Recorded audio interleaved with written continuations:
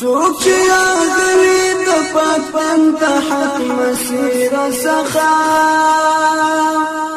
څوک چې یادوي د پاک بند حق مسیر څخه څوک چې یادوي د پاک بند حق مسیر څخه وداسې چاته په قیامت کې عذابونه لري وداسې چاته په قیامت کې عذابونه لري که د دنیا ژوند سختۍ لري خوندونه لري رب په عقبه کې دوزخونه جنتونه لري رب په عقبه کې دوزخونه جنتونه لري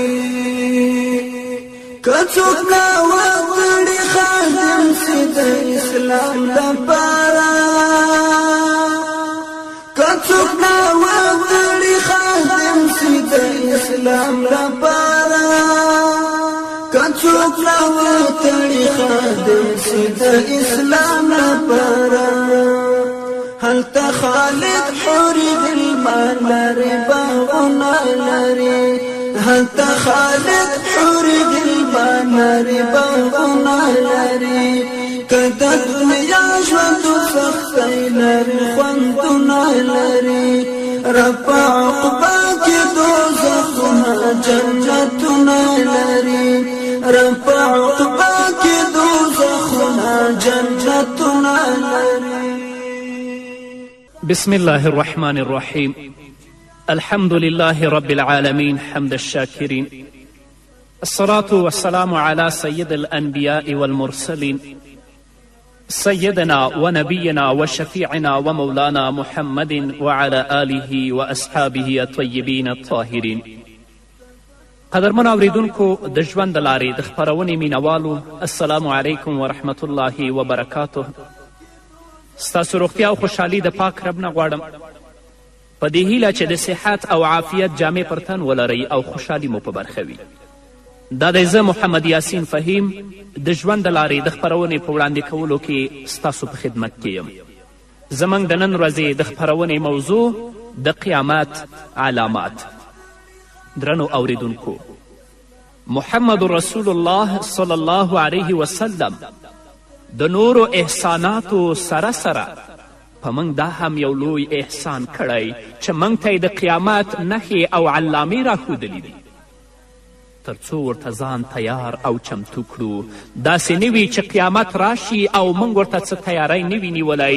په ټول امت باندې احسان کوونکي محمد رسول الله صلی الله علیه وسلم موږ ته د هرې خبرې لارښودنه کړې، خو یوازې د عمل کولو اړتیا ده. وړاندې له دې چې قیامت او مرګ مو نفسونه بند کړي، هغه کارونه وکړو چې زموږ تلپاتې ژوند پرې هوسا وي. د الله رب العزت کلام قرآن کریم چې کله انسان ولولي نو د هرې خبرې او هر سوال ځواب پکې شته، بلکې د هر څه په اړه معلومات پکې ترلاسه کیدلی شي. الله رب العزت په خپل مبارک کتاب کې په سورة زخرف کې 85 آیت کې فرمایي وعنده علم الساعة والیه ترجعون. الله رب العزت ته د قیامت ساعت معلوم دی او د الله رب العزت لورې ته تاسې ټول ورګرځول کیدونکي یاست. د قیامت علم هم الله څخه دی او کله چې د قیامت ورځ راشي ټول به الله رب العزت ته ورګرځول کیږي او هلته به الله رب العزت هر یوه د هغه د ژوند په اړه باندې پوښتنه کوي. الله رب العزت دې هغه سخته ورځ په موږ او تاسو باندې آسانه کړي.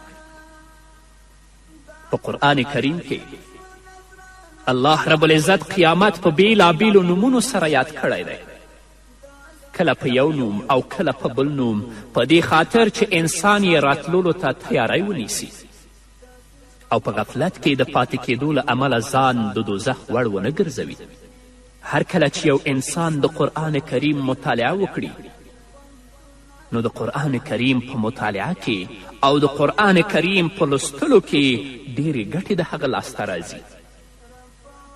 یوه ګټه دا ده چې خلک د قیامت له حیبت او ویرې نه خبر شي.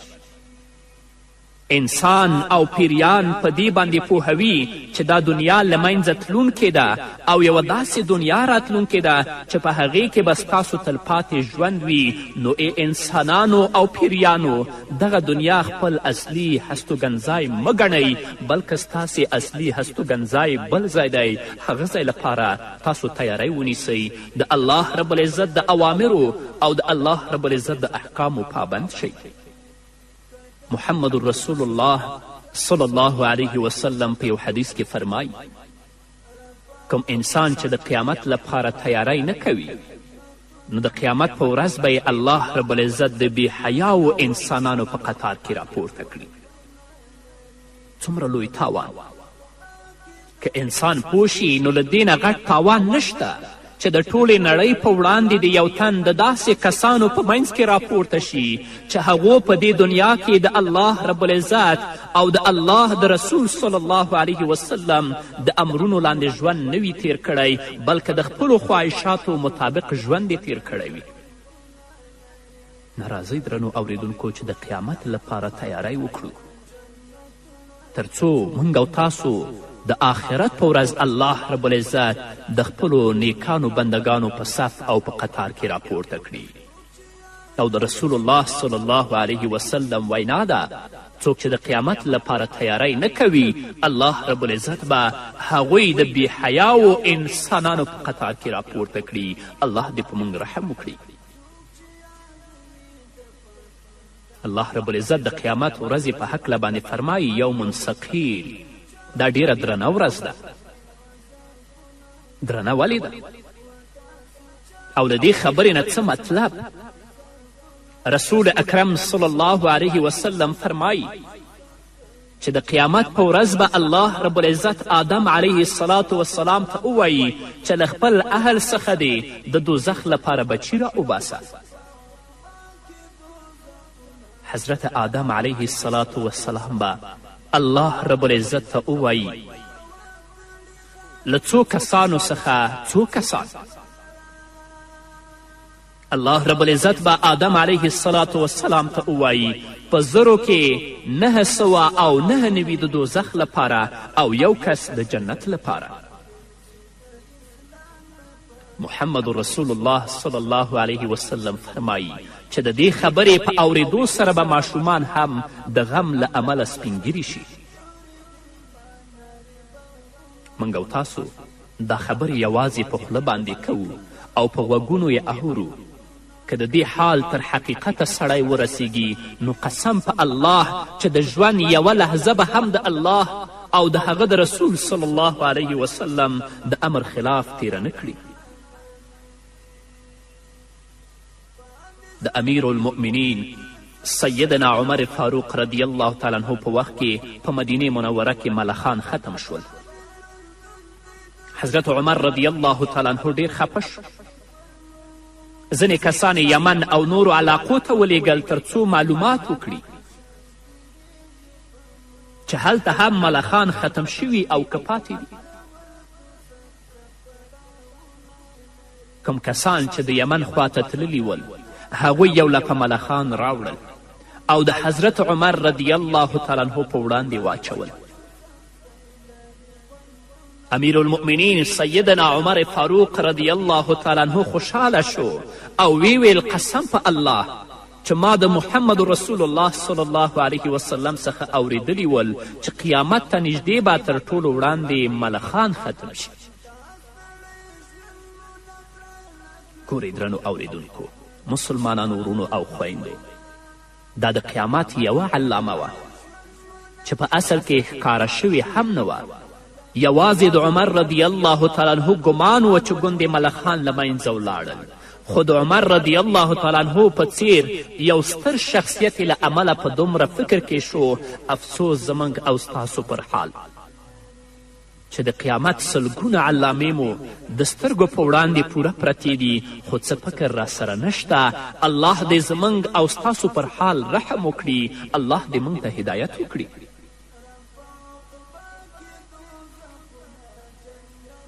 نو کله چې محمد رسول الله صلی الله علیه وسلم د قیامت علامې بیانوي، فرمایي چې د اسلام به یوازې نوم پاتې شي، د قرآن به یوازې الفاظ پاتې شي او علماء سوء به پیدا شي. حضرت علی کرم الله وجهه فرمایي چې رسول اکرم صلی الله علیه وسلم وفرمایل ډیر ژر به په خلکو داسې وخت راشي چې اسلام به تش په نامه پاتې شي، د قرآن به یوازې الفاظ او توري پاتې شي، جماعتونه به د ښکلا له مخې ښه آباد وي، مرمرینې ډبرې، قالینې، شیشې او د ښکلا نور اسباب به پکې ښه پرېمانه وي، مګر د هدایت له مخې به وران او کنډواله وي. یعنی د عبادت لپاره به لکه څومره چې لازمه ده هغومره خلک نه وي. د دوی علما به د آسمان نه لاندې تر ټولو خلکو بدترینه خلک وي. له دغو علماو څخه به فتنې راولاړې شي او بیا به همدغه علما په خپله فتنو کې ښکیل شي، لکه څنګه چې دا فتنې نن ورځ موږ او تاسې په خپلو سترګو باندې وینو. حتی داسې کسان هم وینو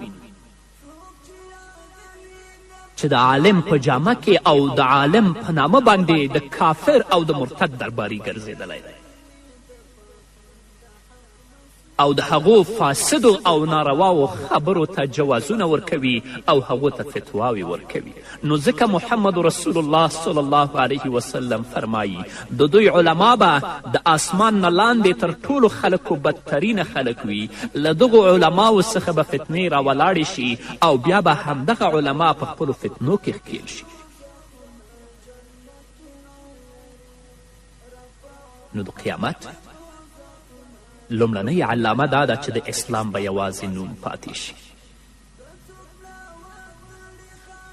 اسلام به د خلکو په منځ کې یوازې د نوم په څیر پاتې شي، د عمل کولو والا به څوک نه وي او نه به په پوره توګه څوک پر ځان عملي کوي، لکه څنګه چې نن سبا د لمونځ، روژې، زکات، حج او داسې نورو یوازې نوم پاتې دی او په رښتینې توګه لکه څنګه چې د محمد رسول الله صلی الله علیه وسلم لخوا امر شوی څوک نه لمونځ کوي، نه زکات ورکوي او نه هم د اسلام نور ارکان په ځان عملي کوي. دا خو لا پرېږده، داسې ځوانان موږ هم لرو چې کله ته ترې پوښتنه وکړې چې ته څوک یې، هغه درته وایي چې زه مسلمان یم، خو کله چې د اسلام په اړه د هغه نه ته پوښتنې کوې اصلا جاهله وي، د اسلام ارکان نه پیژني. تاسې یقین په الله وکئ چې تېره ورځ زما یو دوست ماته وی چې زه هندوستان ته تللی وم او په هغه ځای کې زه ناآشنا وم، نو ماته نه معلومېدله چې قبله کم طرف ته ده چې زه خپل لمونځ وکړم. نو هلته یو ځوان مسلمان ما پیدا کړ، د هغه نه مې پوښتنه وکړه چې ته مسلمان یې؟ هغه راته ویلې هو که زه مسلمان یم. نو ما ورته ویلې چې قبله کم طرف ته ده؟ هغه راته په ځواب کې ویلې چې قبله څه ته وایي؟ ما ترې پوښتنه وکړه چې آیا ته قبله نه پیژنې، مونځ نه کوې؟ هغه راته ویلې چې مونځ څه ته وایي؟ په سلګونو، په زرګونو او په لکونو داسې ځوانان شته دی چې په نامه مسلمانان دي، اما د اسلام د مقدس دین د ارکانو، د شعایرو او د مقدساتو نه اصلا خبر نه دي. دا ځوان به د آخرت په ورځ الله رب العزت په خپل حضور کې دروي او د ده د ځواني په اړه به الله ترې پوښتنه کوي چې تا ته ما ځواني درکړې وه، تا ته مې قوت درکړی و، تا ته مې انرژي درکړې وه، تا هغه په څه کې مصرف کړه؟ نو ځکه محمد رسول الله صلی الله علیه وسلم فرمایي چې د اسلام به یوازې نوم پاتې وي، خلک به په نامه مسلمان وي، اما د عمل کولو والا به څوک نه وي. که عمل کوي خو هغه به په پوره توګه لکه څنګه چې الله او د الله رسول محمد صلی الله علیه وسلم ویلي په هغه توګه به یې نه عملي کوي. دویم دا چې د قرآن کریم به یوازې الفاظ پاتې شي. قرآن کریم به خلک یوازې په خواږه غږ وایي او نور به په دې نه پوهیږي چې د دې مطلب او معنا څه ده. بس هر کس به یې په ویلو کې د غږ د ښکلا کوشش کوي. دا فکر به نه کوي چې د الله رب العزت په دې کلام کې چې زه لولم له کومو شیانو نه منع شوي چې له هغې باید ځانونه وساتو او په کومو کې چې د کولو امر شوی هغه ترسره کړو، بلکې دا خبره به څوک په خیال کې هم نه راوړي چې د قرآن یو آیت یې په ځان عملي کړی او که نه.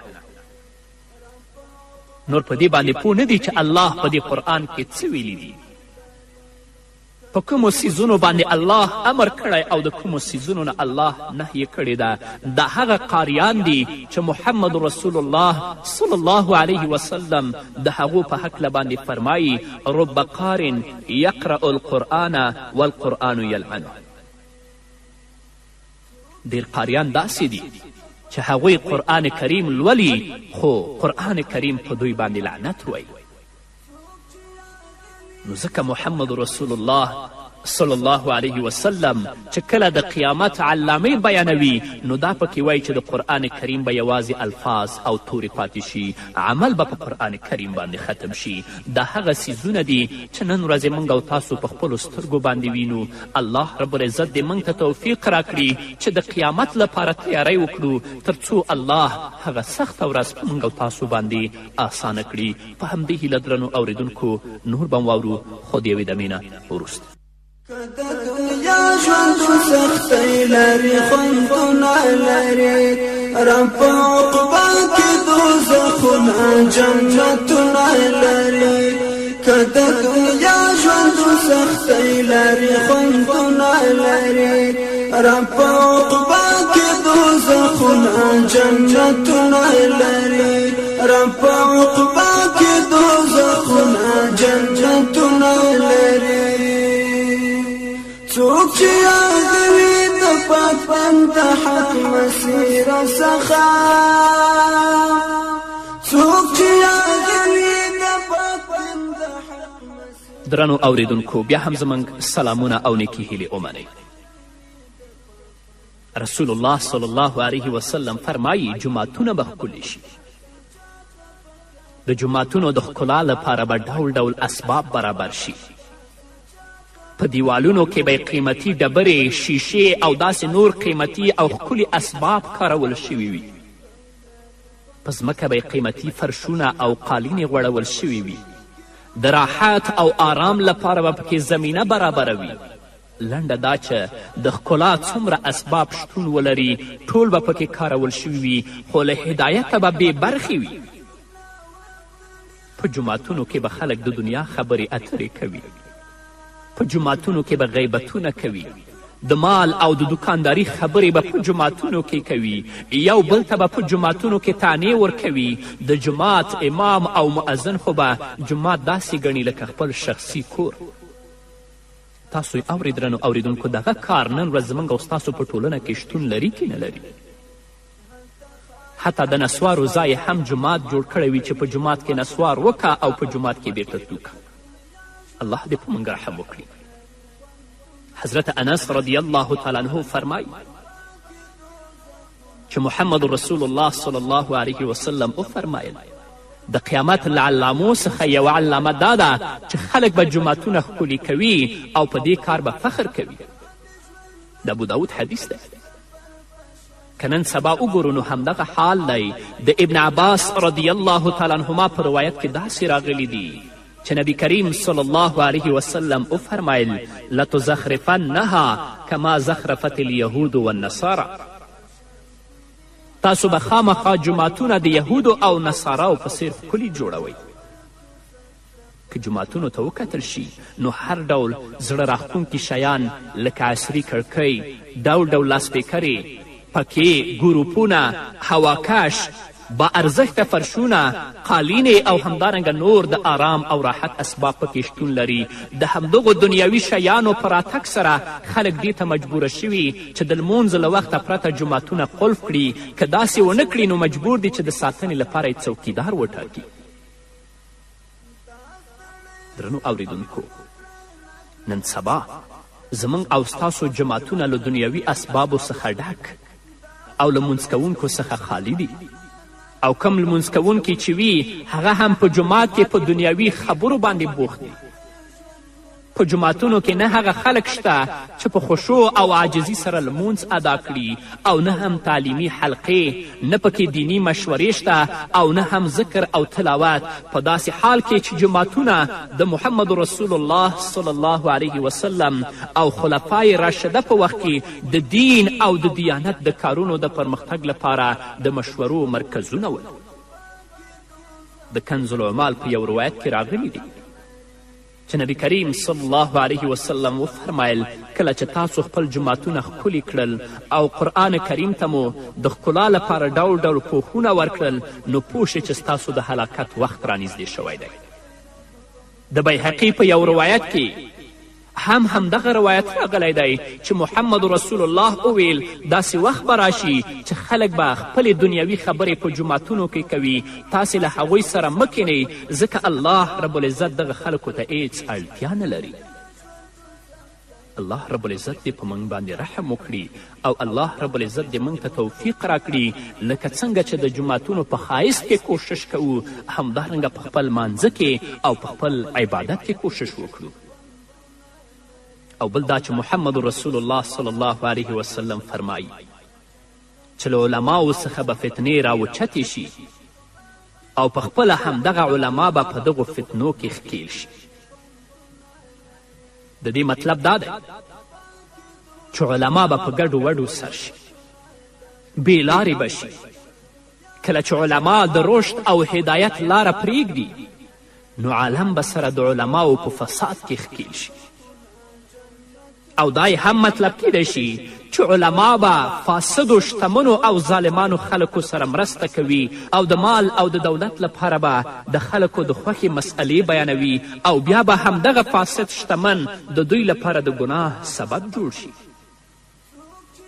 د ابن ماجه په یو روایت کې راغلی چې محمد رسول الله صلی الله علیه وسلم وفرمایل زما په راتلونکي امت کې به داسې خلک پیدا شي چې هغوی به د دین په اړه پوهه ترلاسه کړي، عالمان به شي، قرآن به وایي، خو بیا به د فاسدو شتمنو خلکو خواته ورځي، د سرمایهدارانو خواته به ورځي، او وایي به چې موږ د شتمنو خلکو خواته ورځو، له هغوی نه مال لاسته راوړو، خپل دین بچ ساتو او له هغوی نه بیلیږو.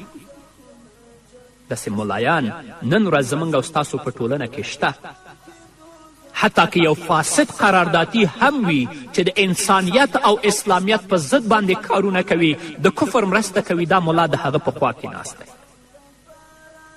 محمد رسول الله صلی الله علیه وسلم د خبرې د لا روښانه کولو لپاره وویل دوی دا خبره په داسې حال کې کوي چې داسې کیدی نشي چې د شتمنو فاسدو شتمنو خلکو خواته ورشي او د دوی دین دې بچ پاتې شي. لکه څنګه چې د قطاد له ونې څخه پرته له اغزیو نور څه په لاس نه راځي، همدغسې له فاسدو شتمنو خلکو سره په ناسته کې له ګناهونو پرته بل څه لاسته نشي راتلی. کوم علما چې له فاسدو سرمایهدارانو سره ناسته او ولاړه کوي، په عمومي توګه هغوی د علماء سو په قطار کې راځي، د یو څو روپو لپاره د هغوی تر څنګ ورځي او خپل وقار او خپل عزت د هغوی په وړاندې له لاسه ورکوي. نو ځکه محمد رسول الله صلی الله علیه وسلم فرمایي چې علماء سو به پیدا شي، یعنی د دوی علما به د آسمان نه لاندې تر ټولو خلکو بدترینه خلک وي. له دغو علماو څخه به فتنې راولاړې شي او بیا به همدغه علما په خپلو فتنو کې ښکیل شي. په دې کې شک نشته چې علما ورثه د انبیاو دي، خو کومه علما چې د شتمنو خلکو په دروازو کې ګرځي، یا هغوی ته چاپلوسي کوي، یا د حکومت په ادارو او په دفترو کې ګرځي، هغوی دې پوه شي چې هغه د محمد رسول الله وارثین نه دي، هغه علمای سو دي. دا د قیامت علامه ده. حضرت عبدالله ابن مسعود رضی الله تعالی عنه فرمایي که چیرې د علم خاوندانو خپل علم محفوظ ساتلی وی او هغه یې په صلاحیت لرونکو خلکو لګولی وی، هغوی ته یې لارښودنه کړې وی، نو د وخت سرداران به جوړ شوي وی. مګر دوی د یو څو روپو د لاسته راوړلو لپاره خپل علم د شتمنو خلکو په خوښه ولګاوه چې له امله دوی د خلکو په وړاندې سپک او ذلیله شول. الله دې داسې عالمان چې د ظالمانو په خوا کې ناست دي د څو روپو لپاره هغو ته مسئلې بیانوي، الله دې نورم ذلیل او تباه کړي. د نورو خلکو په څیر هم علما د آخرت له فکر او غم څخه بې خبره دي، ځان یې بې خبره ګڼلی او د خپل علم اصلي مقصد یې همدغه فاني دنیا ګرځولې ده.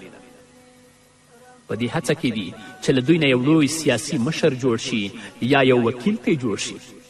د رپو د لاسته راوړنې او د شهرت پیدا کولو لپاره لالهانده او سرګردانه ګرځي. دا سمه ده چې د ګوتو په شمېر علما به د الهي دین د خپراوي کوشش کوي، خو نور ټولې د نشنلیزم، سوسیالیزم، دیموکراسي او د نورو له ځانه جوړه نظامونو د خپراوي او رواجولو هڅه کوي. او د محمد رسول الله صلی الله علیه وسلم د پاکو ارشاداتو پر ځای د مخلوقه له ځان جوړه نظام کې خپل خیر لټوي او خلک هم همدې پلو ته هڅوي. تاسې یقین وکړئ چې داسې علما هم ما لیدلی دي چې بل چاته به عالم هم نه وایي او خلکو لته تل لپاره مسائل بیانوي، خو لاکن د یو ظالم په خوا کې به ناست وي، د یو مرتد خوا کې به ناست وي چې د هغو لاسونه د مسلمانانو او د مظلومانو په وینو باندې سره دي. نو دا علمای سودي، دا د قیامت د علامو څخه یو علامه ده. الله رب العزت دې موږ د علمای سود د فتنې نه وساتي. الله رب العزت دې په موږ باندې رحم وکړي. الله رب العزت دې زموږ نه واقعي علما جوړ کړي. په همدې هیله درنو اوریدونکو دا وه زموږ د نن ورځې خپرونه چې ستاسو درانه حضور ته وړاندې شوه. تر بلې خپرونې پورې چې زه بیا هم ستاسو درانه حضور ته راځم، تاسو ټول په لوی الله سپارم. پاتې ژوند مو نیکمرغه، ښاد، بریالي او کامیاب اوسئ. څوک چې یادوي د پاک بنده حق مسیره څخه، څوک چې یادوي د پاک بنده حق مسیره څخه، څوک چې یادوي د پاک بنده حق مسیره څخه، و داسې چاته په قیامت کې عذابونه لري، و داسې چاته په قیامت کې عذابونه لري. که د دنیا ژوند سختۍ لري خوندونه لري، رب عقبه کې دوزخونه جنتونه لري، رب عقبه کې دوزخونه جنتونه لري. که څوک ناوړي خادم سي د اسلام لپاره، که څوک ناوړي خادم سي د اسلام لپاره، که څوک ناوړي خادم سي د اسلام لپاره، هلته خالد حوري غلمان لري باغونه لري، هلته خالد حوري غلمان لري باغونه لري. که د دنیا ژوند سختۍ لري خوندونه لري، رب عقبه کې دوزخونه جنتونه لري، رب